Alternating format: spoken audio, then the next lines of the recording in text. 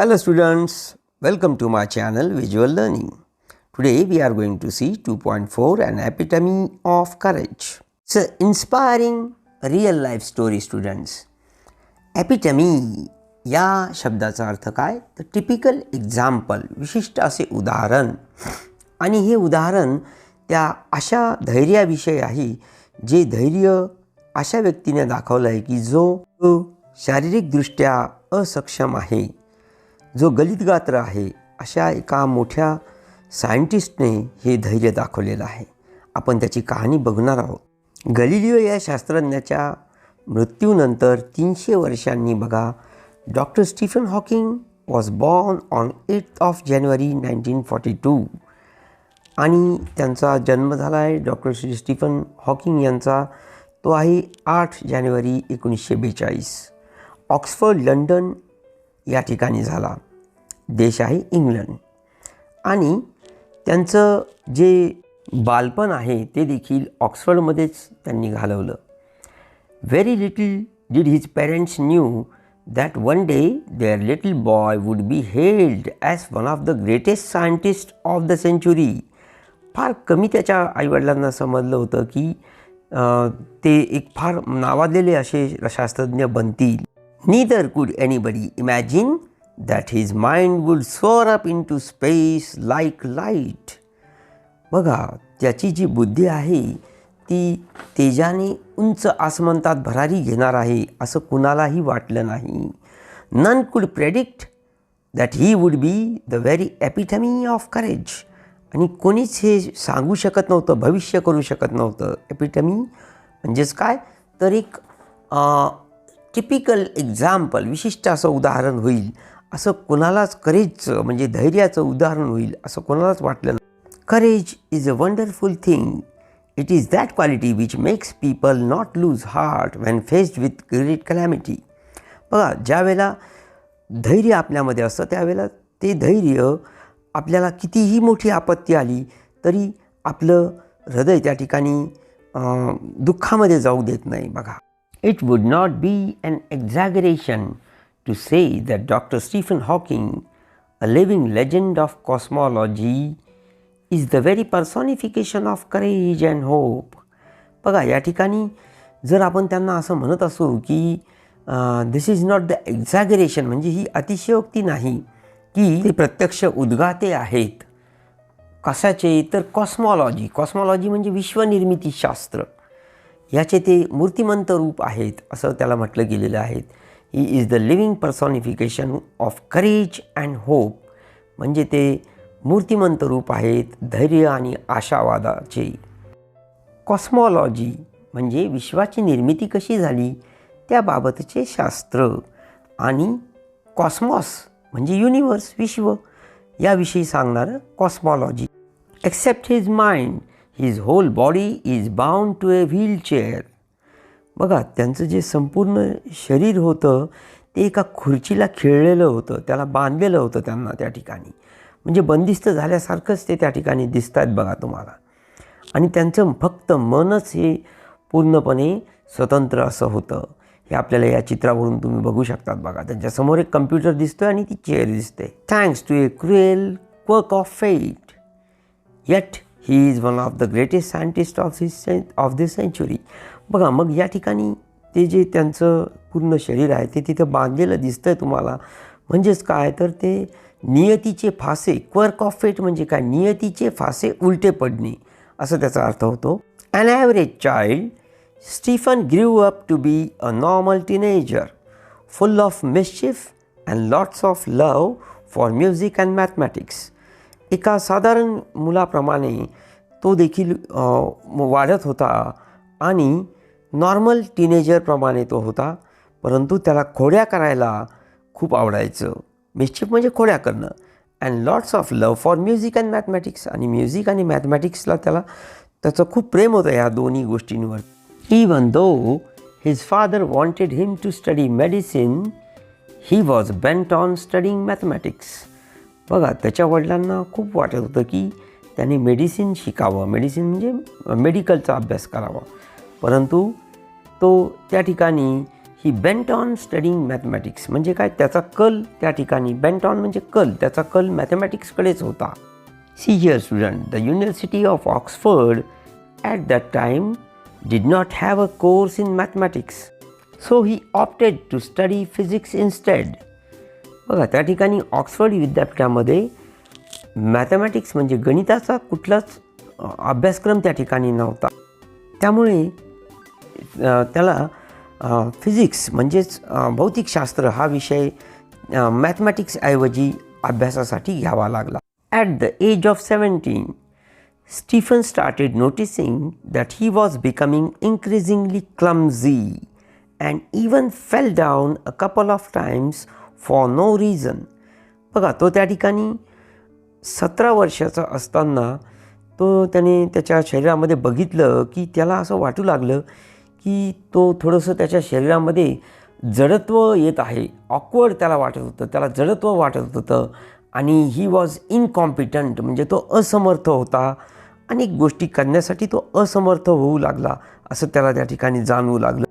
ते क्लमझी म्हणजे जडत्व असल्यामुळे तो एकदा दोनदा खाली देखील पडलेला आहे. बघा, म्हणजे त्याची परिस्थिती त्या ठिकाणी, त्याचे शरीर त्याला साथ देत नाही हे त्याला त्या ठिकाणी समज. This perplexed him and he went to see his family doctor who diagnosed him as suffering from an extremely rare disease ALS or LOU, Gehrig's disease, that affects the nervous system and eventually weakens all the muscles of the body.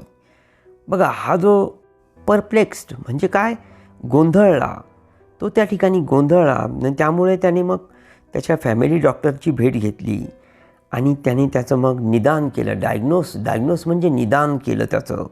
And he was suffering from extremely rare disease, फार दुर्मिळ असा रोग त्याला झालेला होता. त्याचं नाव आहे ALS किंवा त्याला म्हणतात LOU, गेहरिग्ज डिझीज. गेहरिग्ज असा तो नाव आहे त्या डिझीजचं, तो त्याला झाला होता. That affects the nervous system म्हणजे आपल्या मज्जासंस्थेवर त्याचा परिणाम होत असतो. बघा, and eventually weakens all the muscles of the body. आणि त्याचे जे मसल्स आहेत ना, ते आपल्या बॉडीचे सर्व काम करणं सोडून देतात. बघा, Stephen says that even as a child, his muscle coordination was nothing to write home about. And he recollects that his handwriting would send his teacher into a fit of frenzy. बघा, त्याचं लहानपणापासूनच तो म्हणतो की त्याचं जे चाइल्डहूडपासूनचं त्याचं मसलचं जे कोऑर्डिनेशन होतं, म्हणजेच कोऑर्डिनेशन म्हणजे संतुलन, ते अगदी विचित्रपणे त्या ठिकाणी होतं. म्हणजे असंतुलित असं ते कोऑर्डिनेशन होतं, त्याचं सॅटिस्फॅक्टरी नव्हतं. He recollects that his handwriting would send his teacher into a fit of frenzy, nor was he inclined towards sports. Nevertheless this disease came as a bolt from the blue. बघा, त्याचं जे त्याला आठवतं आहे की हँडरायटिंगसुद्धा त्याचं चांगलं नव्हतं, त्यामुळे त्याचे शिक्षक त्याच्यावर चिडायचे आणि म्हणजे शिक्षकांना देखील त्याचा खूप राग यायचा. फिट ऑफ फ्रेन्झी म्हणजे खूप राग येणं. आणि तो कुठल्याच प्रकारे इन्क्लाइंड टू म्हणजे स्पोर्ट्स या विषयाकडे सुद्धा तो कधीच त्याचा कल नव्हता. Nevertheless this disease came as a bolt from the blue. म्हणजेच काय, तर ही एक त्या ठिकाणी फ्रेज आहे. त्याचा अर्थ होतो अचानक मिळालेला धक्का, सडन शॉक ऑर सरप्राईज. ते आहे bolt from the blue. How much time he had left on this planet was very uncertain. म्हणजेच काय, तर त्याचं या विश्वामध्ये त्याचं किती दिवस आता आयुष्य उरलं आहे हे त्याला माहीत नव्हतं, ते तो सांगू शकत नव्हता. तर it was uncertain. The prognosis was bad and the doctor said they could not do much. बघा, त्याचं जे रोगाचे पूर्वनिदान म्हणतात ना, त्याला प्रोग्नोसिस असं म्हणतात, फोरकास्ट ऑफ फ्युचर हेल्थ. मग रोगाचे पूर्वनिदान जे त्याचे झाले होते ते वाईट होते आणि डॉक्टरांच्या मते ते यासाठी त्याची काहीच मदत करू शकत नव्हते. बघा, undaunted Stephen decided to continue his research. मग न थांबता किंवा खचून न जाता नॉट अफ्रेड. अनडॉन्टेड म्हणजे नॉट अफ्रेड. त्याने डिसाईड केलं की तो आता यापुढे त्याचं जे रिसर्च काम आहे, त्याचं जे संशोधनाचं काम आहे ते करत राहणार. So he continued his research and even got engaged to Jane Wilde. Jane वाइल्डबरोबर त्याने त्या ठिकाणी लग्न केलं देखील. आणि Hawking says, ironically as it may sound, is that this dismal stage he began enjoying life the most. बघा, ह्या परिस्थितीत देखील तो त्याचं आयुष्य म्हणजे तो आयरॉनिकली असं म्हणतो, म्हणजे उपहासात्मक किंवा गमतीने तो त्या ठिकाणी असं म्हणतो की मी अशा काळामध्ये देखील तो त्याचं लाईफ हे एन्जॉय करू लागला. ही किती जरी वाईट त्याची स्टेज असेल, डिस्मल स्टेज जरी आली, किती वाईट स्टेज आली तरी देखील तो त्याचं ते लाईफ एन्जॉय करत होता असं तो म्हणतो आहे. And this he says was because he started living life for the moment and continues his doctoral research work with renewed vigour. आणि नव्या जोमाने तो ते करत होता. In the meanwhile the disease worked its way into Stephen's body and left him disabled. त्या रोगाने त्याच्या शरीरामध्ये हातपाय पसरायला सुरुवात केली आणि त्याचं संपूर्ण शरीर हे अपंग बनत जाऊ लागलं. He began studying the concept of black holes to get his PhD. त्याचे PhDसाठी म्हणजे त्याच्या डॉक्टरेटसाठी त्याने त्या ठिकाणी ब्लॅक होल्सचा अभ्यास करायला सुरुवात केली. विद्यार्थी मित्रांनो, ब्लॅक होल्स म्हणजे काय? कृष्णविवर. हो, त्याला कृष्णविवर असं म्हणतात. एक काळ्या रंगाचं असं गूढ छिद्र असतं ते. या ठिकाणी तुम्ही बघू शकता, एक काळ्या रंगाचं असं विवर असतं, एक खोल अशी विहीर असल्यासारखं ते त्या ठिकाणी आपल्या आकाशगंगेमध्ये असतात. आणि हे कृष्णविवर खूप खोल असतात, ते त्याचा अंत आपण बघू शकत नाही, अशा पद्धतीचे असतात. त्याला आपण ब्लॅक होल्स असं म्हणतात. He was confined to a wheelchair and was rapidly losing control of his hands and speech. बघा, त्याच्या हातावरचा आणि त्याच्या बोलण्यावरचा कंट्रोल त्या ठिकाणी जाऊ लागला आणि तो पुढे मग बोलणे आणि हातवारी करणे या संदर्भामध्ये त्याचं पूर्णपणे काम थांबलं होतं. The study of black holes sparked his imagination with bright ideas. Black होल्सच्या अभ्यासामुळे त्याच्या मनामध्ये विविध प्रकारच्या नवीन अशा कल्पना जागृत होऊ लागल्या. He made many epoch-making statements that shook established theories. आणि त्याने अनेक युगप्रवर्तक, एपॉक मेकिंग म्हणजे युगप्रवर्तक असे स्टेटमेंट्स म्हणजे विधानं त्या ठिकाणी केली. अँड दॅट शुक एस्टॅब्लिश्ड थिअरीज म्हणजे काय, तर आधीच्या त्यांनी जे काही सिद्धांत त्यावेळेला लोकांनी लावले होते, विविध शास्त्रज्ञांनी, त्या सिद्धांतांना त्यांनी हलवलं. Scientist believe that the universe begin with a big bang.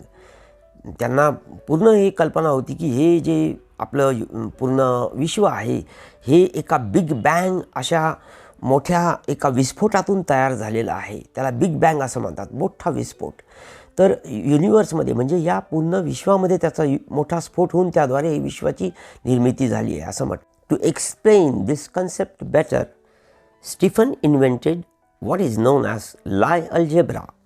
बघा, लाय अल्जेब्रा नावाचं एक त्याने त्या ठिकाणी गणितीय पद्धत त्या ठिकाणी त्याने एक्सप्लेन केली, ज्याद्वारे ही जी पूर्णपणे प्रोसेस आहे ही सर्व त्याने त्या ठिकाणी सांगितली. Though confined to a wheelchair with no control over his body, save a finger and with a computer to help him express his thoughts. बघा, त्याचं पूर्ण जे बॉडी होती त्याच्यावरचा कंट्रोल त्याचा पूर्णपणे गेला आणि त्यामुळे फक्त त्याचं एक बोट त्या ठिकाणी तो वाचवू शकला आणि त्या बोटाद्वारे, आणि या ठिकाणी तुम्ही बघू शकतात की या कम्प्युटरवर तो बोलून त्या ठिकाणी तो त्या बोटाद्वारे ते माऊस वगैरे हलवत असेल आणि त्याद्वारे तो त्याचे स्वतःचे जे विचार होते ते बोलू शकत होता, एक्सप्रेस करू शकत होता. Doctor Hawking is an authority on profound subject of science. बघा, डॉक्टर हॉकिंग यांना हे गहन असं ह्या विषयामध्ये सायन्सच्या मानलं जात होतं की ते एक अधिकृत असे व्यक्ती आहेत. And numerous honorary doctorates and awards have been bestowed on him. आणि विविध प्रकारचे त्यांना मानद पदव्या, असंख्य अशा पदव्या त्यांना दिल्या गेल्या होत्या. आणि हा खूप गहन असा विषय असल्यामुळे त्या मानद त्यांना पदव्या दिल्या गेलेल्या आहेत, ऑनररी डॉक्टरेट्स. आणि अनेक मोठे असे पुरस्कार देखील त्यांना मिळालेले आहेत. बघा या ठिकाणी he is a fellow of the royal members of the US national academy of sciences. US national academy of सायन्सेसमध्ये त्यांना एक मोठं असं त्या ठिकाणी सदस्यत्व दिलं गेलेलं आहे. त्यालाच FRSM असं म्हणतात. ते मानद सदस्य आहेत त्याचे आणि अनेक दुसरे अवॉर्ड्स देखील आहेत. In spite of being considered Einstein's equal in intelligence, Dr. Hawking is a very humble man. बघा आईन्स्टाईन हा जो शास्त्रज्ञ आहे ज्यांनी E=mc² हा जो आपल्याला फॉर्म्युला सांगितला, अणुस्फोटातून ऊर्जा निर्मितीचा त्यांनी केलेला तो प्रयोग आणि त्यांच्याच बरोबरीने आईन्स्टाईनच्या बरोबरीने बुद्धिमत्तेमध्ये डॉक्टर हॉकिंगला देखील मानलं जातं.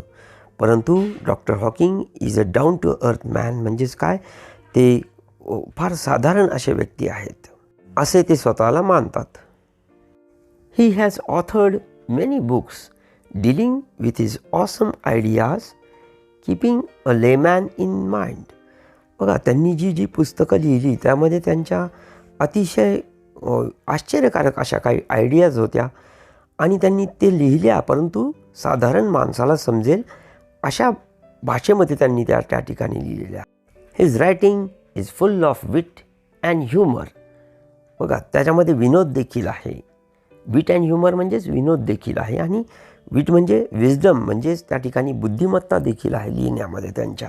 His style is so lucid that non scientist can also understand हिम.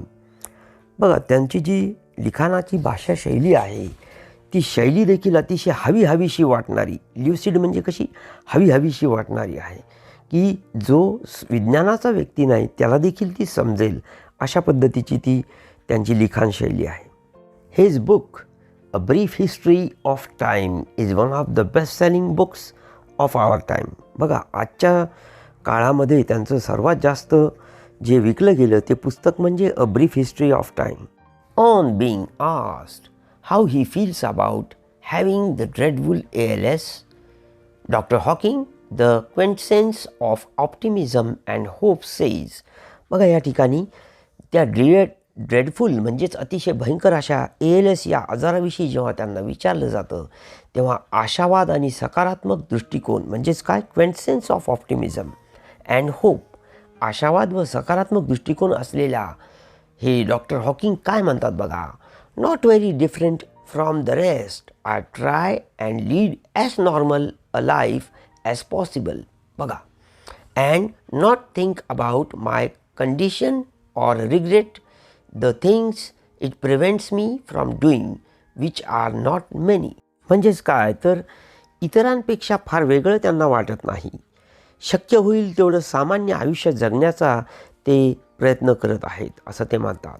आणि त्यामुळे मला ज्या काही थोड्याशा गोष्टी करता येत नाहीत त्याबद्दल ते खेदही करत नाहीत असं ते मानतात. Doctor Hawking firmly believes that in the next millennium science will discover the core secrets of the universe, its origin, its history and may be even predict its ultimate demise.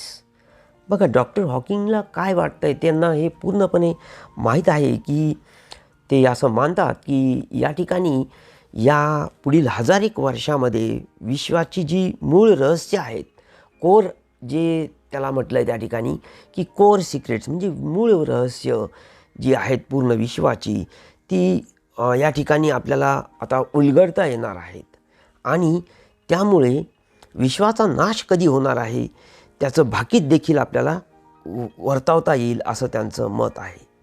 Like Dr. Hawking, there are many people who display exemplary courage in their lives. Let us salute all those brave people who, in spite of being disabled, strive to do their best. बघा या ठिकाणी doctor हॉकिंगप्रमाणे अनेक असंख्य असे लोक आहेत जे आपल्या आयुष्यामध्ये अनुकरणीय किंवा आदर्श असं धैर्य त्या ठिकाणी प्रदर्शित करत असतात आणि अशा अपंगत्वावर मात करून अलौकिक कार्य करणाऱ्यांना आपण सर्व व्यक्तींना, अशा हिम्मतवान व्यक्तींना आपण म्हणूयात की त्यांना आपण शतशः नमन करायला हवं. आणि खरंच आहे विद्यार्थी मित्रांनो, हे एक उत्कृष्ट असं उदाहरण आहे तुमच्यासमोर. So thank you students for watching the video till the end.